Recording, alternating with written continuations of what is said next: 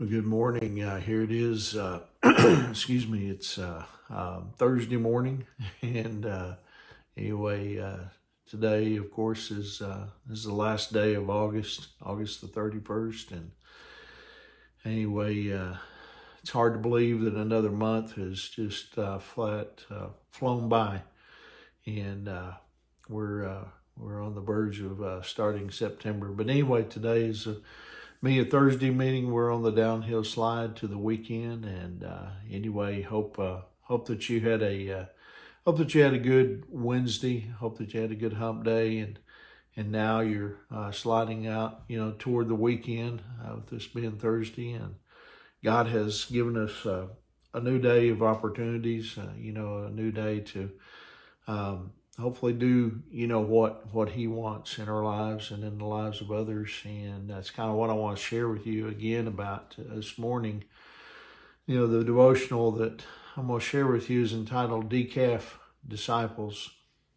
In Hebrews chapter 10 verse 24, it says, "Let us think of ways to motivate one another to acts of love and good works."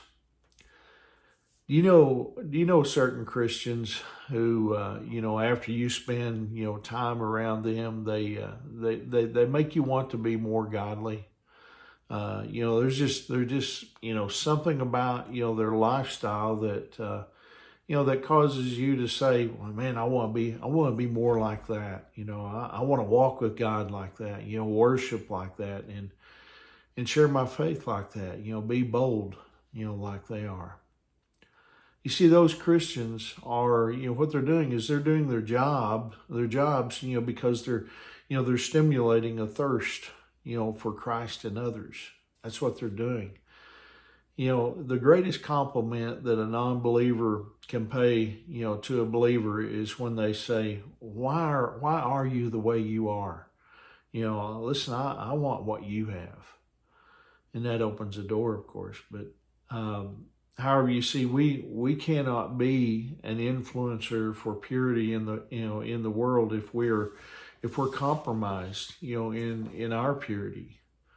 You see, remember Jesus, I stated this yesterday. Jesus said in Matthew chapter 5, verse 13, He said, "You are the salt of the earth. But what good is salt if it has lost its flavor? But can you make it salty again? I mean, it will be thrown out and trampled underfoot as worthless."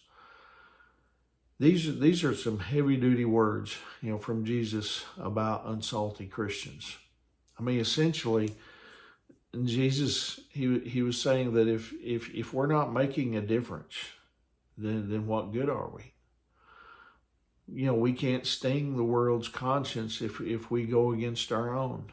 We cannot stimulate spiritual, thirst in others if we have lost our own flavor. And God cannot use us, to stop the corruption of sin, in others if sin has already corrupted us, if we're allowing that to happen. See, according to Jesus, if we are unsalty, we are good for nothing.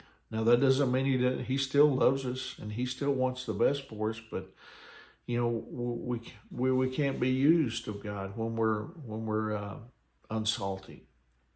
Christians should have flavor, that zest, zing, or edge.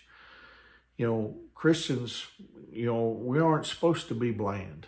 They aren't supposed to, go along with, everything that happens in the world. They're to be salt, stopping the spread of evil and stimulating thirst, for Christ and others. They are there to make a difference. That's what we're here for, is to make a difference in the world in which we live. See, otherwise, they're just like, tepid or lukewarm coffee, and I can't stand that. Or uncarbonated cola, that's not good. Or even I guess a non-fat decaf latte. I don't really drink those, but I'm sure that to me, that wouldn't be a decaf anyway. I don't like decaf coffee. But, in short, they're not living the life that God called them to live. God, made us.